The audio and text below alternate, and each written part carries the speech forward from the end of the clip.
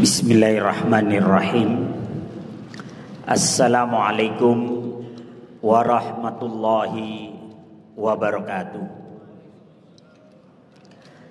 Innal hamdalillah nahmaduhu wa nasta'inuhu wa nastaghfiruh wa na'udzu billahi min syururi anfusina wa min sayyiati a'malina. May yahdihillahu fala mudhillalah wa may yudlilhu fala hadiyalah.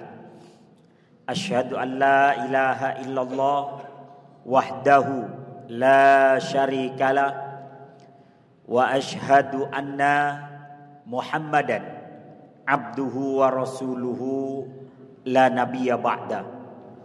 Allahumma shalli wa sallim ala Muhammad wa ala alihi wa sahbihi ajmain, amma ba'du. Faya ibadallah ittaqullaha haqqa tuqatih wa la tamutunna illa wa antum muslimun. Ma'asyiral muslimin, as'adakumullah fid dharain. Alhamdulillah, pada siang hari ini kita telah melaksanakan sholat zuhur secara berjamaah dan mendengarkan tausiah sejenak. Mudah-mudahan duduk dan hadirnya kita di tempat yang mulia ini senantiasa menjadi pemberat timbangan amal baik kita nanti yaumul qiyamah. Amin ya rabbal alamin.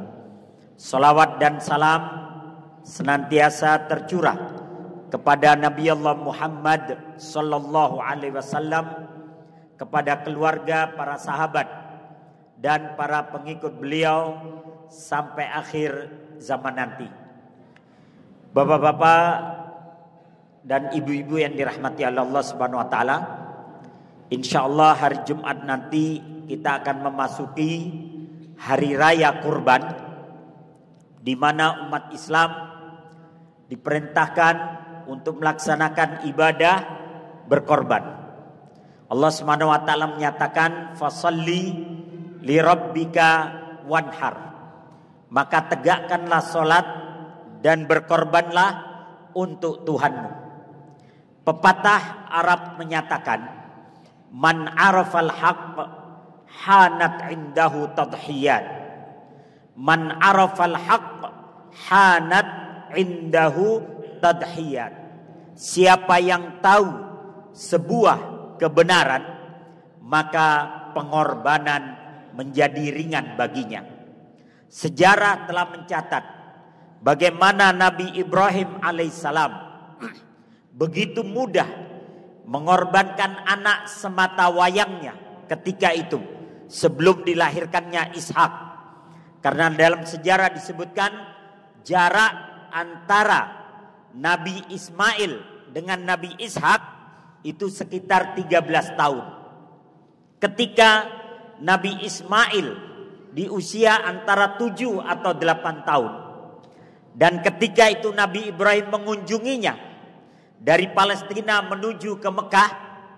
Maka pada saat dia lagi sayang-sayangnya kepada Ismail alaihissalam, dia bermimpi 3 malam berturut-turut dengan mimpi yang sama, yakni menyembelih putranya Ismail. Maka dia sadar bahwa itu adalah sebuah kebenaran yang datangnya dari Allah. Itu adalah sebuah perintah yang datangnya dari Allah. Mencintai sebuah kebenaran, memahami sebuah kebenaran, kemudian mencintainya, maka di situ ada pengorbanan. Karena pengorbanan adalah konsekuensi dari sebuah cinta. Pengorbanan adalah sanksi dari sebuah cinta. Maka Ibrahim alaihissalam menyadari bahwa mimpinya adalah sebuah kebenaran. Maka dia mencoba untuk berdialog dengan sang putra yang diabadikan dalam surat As-Saffat ayat 102. Nabi Ibrahim bertanya, "Ya bunayya, inni ara fil manami anni adbahuk." Wahai putraku, aku melihat dalam mimpiku aku menyembelih dirimu. Sang putra yang juga paham tentang sebuah kebenaran, bahwa mimpi yang disampaikan oleh Allah kepada ayahnya adalah sebuah kebenaran. Maka kemudian sang putra berkata, "Ya abatif alma tu'mar, satajiduni insyaallah minas sabirin." Ya abatif alma tu'mar, wahai ayah, laksanakan apa yang telah diperintahkan oleh Allah Subhanahu wa taala. Satajiduni insyaallah minas sabirin. Engkau akan mendapatiku sebagai orang yang sabar. Maka karena keyakinan Ibrahim alaihissalam terhadap kebenaran itu, dan keyakinan Ismail terhadap kebenaran itu, maka kemudian Allah membatalkan penyembelihan terhadap Ismail dan digantikan dengan seekor domba yang besar yang dibawa oleh malaikat. Maka malaikat menyatakan, "Ayya Ibrahim, qad saddaqta ru'ya." Wahai Ibrahim, engkau telah meyakini benarnya mimpi itu. Engkau telah meyakini bahwa mimpi itu adalah perintah dari Allah Subhanahu wa taala. Maka man arafal haq hanat indahu tadhiyat. Siapa yang tahu sebuah kebenaran, maka pengorbanan menjadi ringan baginya. Ketika terjadi perang Tabuk, pada musim paceklik, pada musim yang panas, pada musim kemarau yang berkepanjangan, pada saat kaum muslimin belum lagi memanen korma-korma mereka, dalam kondisi perekonomian yang sangat sulit ketika itu, tapi Romawi telah menyiapkan 40.000 pasukan untuk menyerbu kaum muslimin. Maka Rasulullah SAW menyatakan, Romawi menginginkan pertempuran dengan kita. Kita akan berikan apa yang mereka inginkan. Maka karena kondisi paceklik, kondisi perekonomian yang sedang jatuh, maka Rasulullah SAW memerintahkan kepada para sahabatnya, tasaddaku, bersedekahlah kalian untuk membiayai pertempuran Tabuk ini. Maka kemudian pertempuran Tabuk itu juga disebut sebagai Jaisul Ushra, pasukan yang penuh dengan kesulitan dan kesusahan. Maka Nabi menyatakan kepada para sahabat, tasaddaku, bersedekahlah kalian. Maka kemudian datanglah Utsman bin Affan, sahabat Rasulullah dan juga menantu Rasulullah SAW. Dia datang dengan menyerahkan setengah dari hartanya. Dia juga datang dengan membawa 300 ekor onta, lengkap dengan pelananya, dengan tali kekangnya. Dia juga menyerahkan uang sebesar 1000 dinar, di mana 1 dinar itu Pak 3 juta uang kita. 3 juta dikalikan 1000 dia berikan itu. Maka para sahabat menyatakan bahwasanya semua harta yang diberikan oleh Utsman bin Affan telah memenuhi 1/3 dari biaya perang yang diinginkan oleh Rasulullah SAW. Seandainya biaya perang itu 1 juta, maka Utsman itu memberikan 400.000 dari biaya perang itu. Artinya apa? 1/3 dari biaya perang telah dipenuhi oleh Utsman bin Affan. Datang lagi seorang sahabat yang juga mertua Nabi dan juga sahabat Nabi, Abu Bakar As-Siddiq. Dia mengeluarkan semua tabungannya, semua uangnya dia bawa kepada Rasulullah SAW. Dia berikan semua seluruh hartanya. Menurut para sejarawan, yang diberikan oleh Abu Bakar adalah 40.000 dirham. 40.000 dirham. Kalau 1 dirham itu 300.000, tinggal kita kalikan. 300.000 dikalikan 40.000. Segitu yang diberikan oleh Abu Bakar As-Siddiq. Melihat itu Rasulullah dengan berkaca-kaca. Mata beliau berkaca-kaca karena terharu. Rasulullah menyatakan, "Ma tarakta li ahlika ya Abu Bakar." Apa yang kau sisakan untuk keluargamu wahai Abu Bakar? Maka Abu Bakar menjawab, "Taraktu lahum Allah wa rasuluhu." Aku tinggalkan untuk mereka Allah dan Rasulnya. La ilaha illallah. Itu membuat air mata Nabi tidak terbendung. Begitu Rasulullah juga melihat apa yang dilakukan oleh Utsman. Maka Rasulullah kemudian berkomentar terhadap apa yang diberikan oleh Utsman bin Affan. Setelah apa yang dilakukan oleh Utsman bin Affan hari ini, maka setelah ini Utsman bin Affan tidak akan pernah miskin. Dan subhanallah, harta Utsman bin Affan sampai hari ini masih ada, Pak.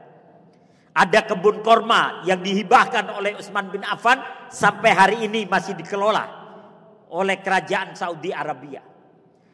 Ada hotel yang atas nama Utsman bin Affan sampai hari ini juga masih dikelola. Ada sumur yang pernah diberikan oleh Utsman bin Affan sampai hari ini dikelola. Maka apa yang diberikan oleh Utsman, Abu Bakar As-Siddiq luar biasa. Datang lagi kemudian seorang sahabat, Umar bin Khattab. Dia membawa setengah dari hartanya. Begitu dia memberikan setengah hartanya, kemudian dia tahu Abu Bakar memberikan seluruh hartanya. Umar bin Khattab berkomentar, "Ma asbaquka ya Abu Bakar. Aku tidak pernah bisa mendahuluimu wahai Abu Bakar. Aku tidak bisa pernah menyalip dirimu wahai Abu Bakar." Kemudian datang lagi Abdurrahman bin Auf, membawa setengah hartanya. Kemudian dia membawa lagi 200 uqiyah. 200 uqiyah. Satu uqiyah itu uang emas, beratnya 15 gram. Satu uqiyah itu uang emas tebal, beratnya 15 gram. Dikalikan 200. Itu yang diberikan oleh Abdurrahman bin Auf. Datang lagi sahabat yang lain, namanya Abu Talha, juragan kebun korma. Dia memberikan setengah dari hartanya. Datang lagi sahabat yang lain, Talha bin Ubaidillah, dia juga menyumbangkan hartanya. Datang lagi Zubair bin Awam, dia memberikan hartanya. Datang lagi Sa'ad bin Abi Waqqas, terus disusul oleh sahabat-sahabat yang lain yang bagi mereka amat mudah pengorbanan itu. Kemudian datanglah seorang sahabat yang dia tidak memiliki apa-apa di rumahnya. Namanya Abu Khaisamah. Abu Khaisamah mengatakan, "Ya Rasulullah, aku tidak punya apa-apa lagi kecuali segenggam kurma ini." Itu pun sudah malam hari dia kasih. "Ini malam hari ya Rasulullah, hanya segenggam kurma yang bisa saya berikan. Tidak ada apa-apa lagi di rumah saya. Dan ini adalah jatah makan malam saya, segenggam kurma. Saya infakkan sesuai dengan kemampuanku." Maka Rasulullah menyatakan, "Barakallahu laka fiha." Semoga Allah memberkahi segenggam kurmamu ini, wahai Abu Khaisamah. Orang-orang munafik melihat apa yang diinfakkan oleh para sahabat. Orang-orang munafik ketika dia melihat Abu Bakar memberikan seluruh hartanya, orang munafik berkomentar, Abu Bakar riya, Abu Bakar riya, Umar riya, Abdurrahman bin Auf riya. Semua sahabat-sahabat termasuk Utsman dituduh riya oleh orang-orang munafik. Kemudian orang-orang munafik melihat Abu Khaisamah hanya memberikan segenggam korma. Apa komentar orang munafik? "Innallaha la yastaghni an hada." Allah enggak butuh sama segenggam korma. Inilah orang munafik. Orang sedekah banyak dikomentari buruk. Orang sedekah sedikit dikomentari buruk juga. Orang munafik sendiri tidak bersedekah. Sedekah kagak, ngomel iya. Sedekah enggak, nyinyir enggak. Nyinyir iya. Itu yang dilakukan oleh orang-orang munafik. Maka begitu mereka semua berangkat untuk perang Tabuk. Esok harinya ketika Rasulullah dengan para sahabat istirahat siang, di tengah-tengah gurun padang pasir, terlihatlah seseorang dengan berjalan terseok-seok sendiri. Tidak ada pedang yang ia pakai, tidak ada perisai yang ia bawa, tidak ada baju tempur yang ia bawa. Dia hanya membawa sebilah pisau dapur. Dia berjalan terseok-seok. Dari jauh kelihatan kecil. Maka Rasulullah di antara istirahatnya beliau berkata, "Kun Aba Khaisamah, kun Aba Khaisamah, kun Aba Khaisamah." Jadilah kalian seperti Abu Khaisamah. Jadilah kalian seperti Abu Khaisamah. Maka sahabat mengatakan, "Ya Rasulullah, innahu Abu Khaisamah." Wahai Rasulullah, yang sedang berjalan di tengah-tengah padang pasir itu adalah Abu Khaisamah. Maka kata Nabi, kun Aba Khaisamah. Iya, dia Abu Khaisamah. Bawa kuda kalian, bawa minuman kalian, bawa makanan kalian, susul dia, jemput dia. Sesungguhnya dia menyusul untuk ikut perang dengan keadaan yang sangat terbatas. Sesungguhnya dari tadi malam dia tidak makan apa-apa. Jemput dia, maka dijemput. Itulah para sahabat berkorban dengan apa saja yang mereka mampu. Man arafal haq hanat indahu tadhiyat.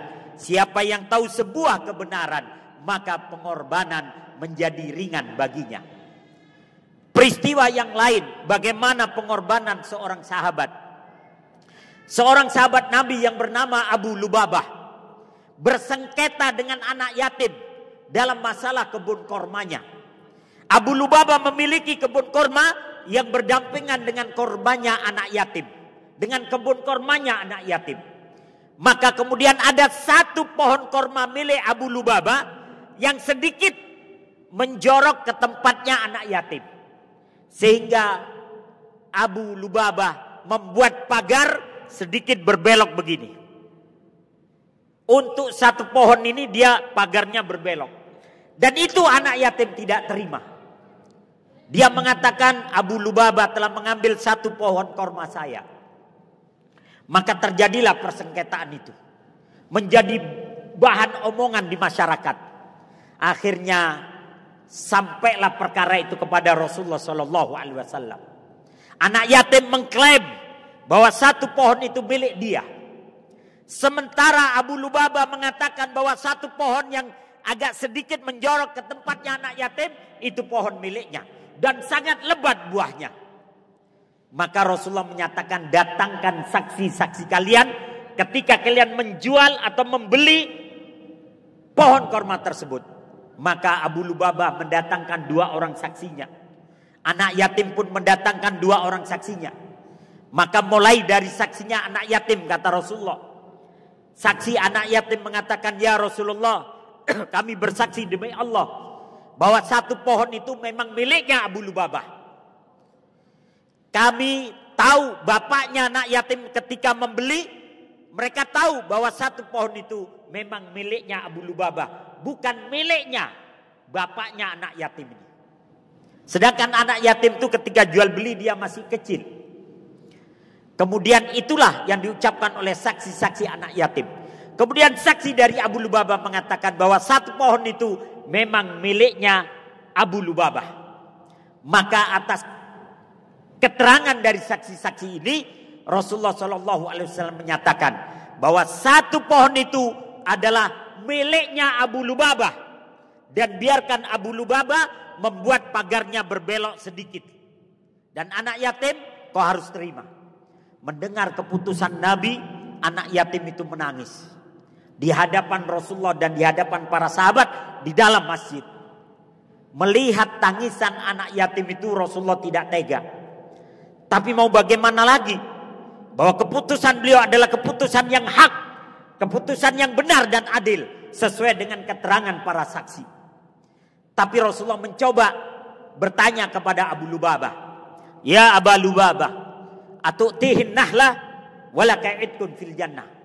Wahai Abu Lubabah, maukah kau berikan satu pohon itu kepada anak yatim ini? Dan engkau dan keluargamu akan dijamin masuk surga. Rupanya Abu Lubabah keberatan. Ya Rasulullah, syukitu biha indaka ya Rasulullah, wa ya'lamuhan nas. Wahai Rasulullah, aku bersengketa dalam masalah satu pohon ini di hadapanmu. Dan orang-orang juga tahu di luar sana. Mereka mengatakan Abu Lubabah mengambil satu pohon miliknya anak yatim. Dan hari ini engkau memutuskannya itu milikku. Kalau aku berikan lagi kepada anak yatim, maka orang-orang di luar sana, di luar masjid, mereka akan mengatakan, tuh kan benar, Abu Lubabah mengambil pohonnya anak yatim. Buktinya sekarang diserahkan kepada anak yatim. Tidak ya Rasulullah, saya tidak ingin menimbulkan fitnah dengan menyerahkan satu pohon itu kepada anak yatim. Maka Rasulullah menyatakan, la ba'sa bika. Enggak apa-apa kata Nabi. Nabi yang tadinya duduk kemudian beliau berdiri. Fa'a'lana bil musabaqah. Kemudian Nabi menyampaikan sebuah sayembara.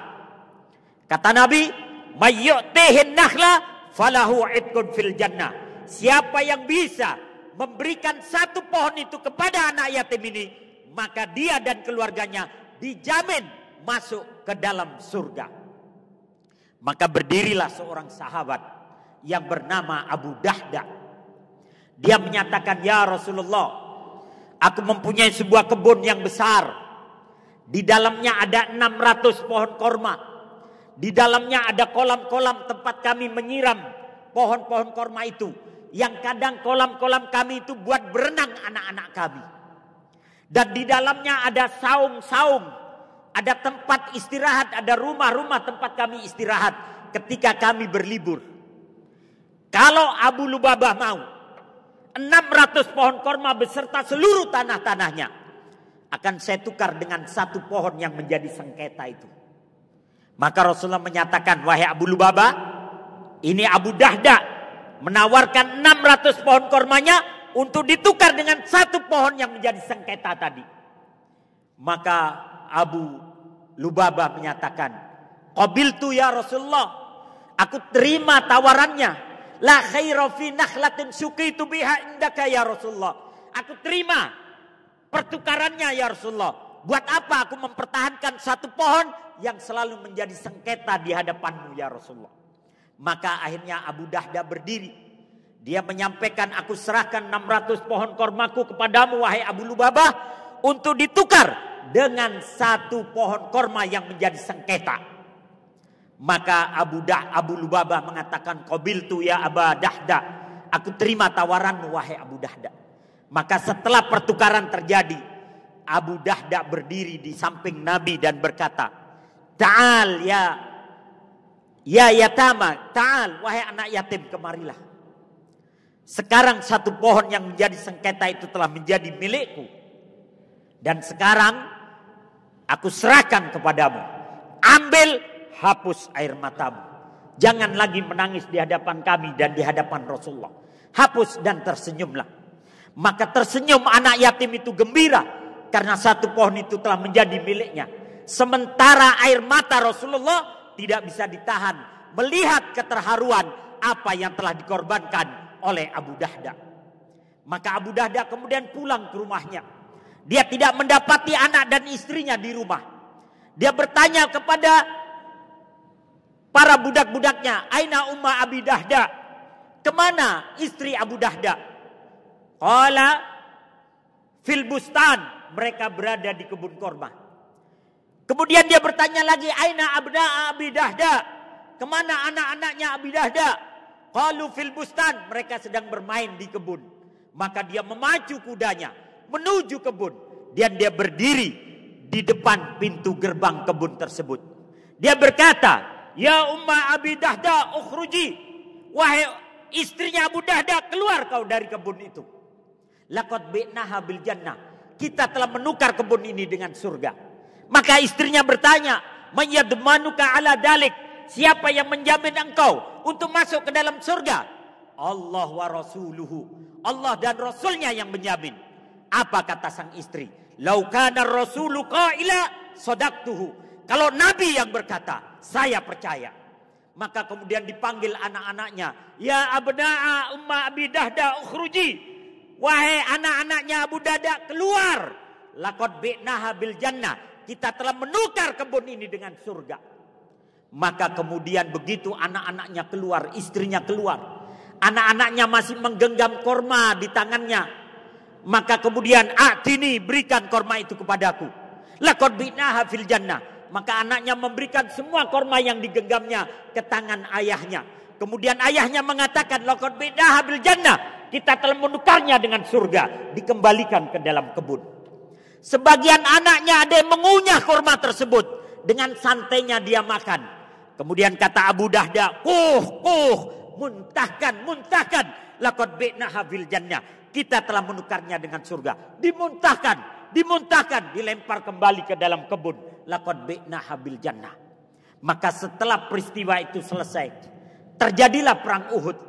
Semua sahabat mendaftar untuk ikut perang Uhud, termasuk Abu Dahda. Dia datang dengan kuda dan persiapan perangnya.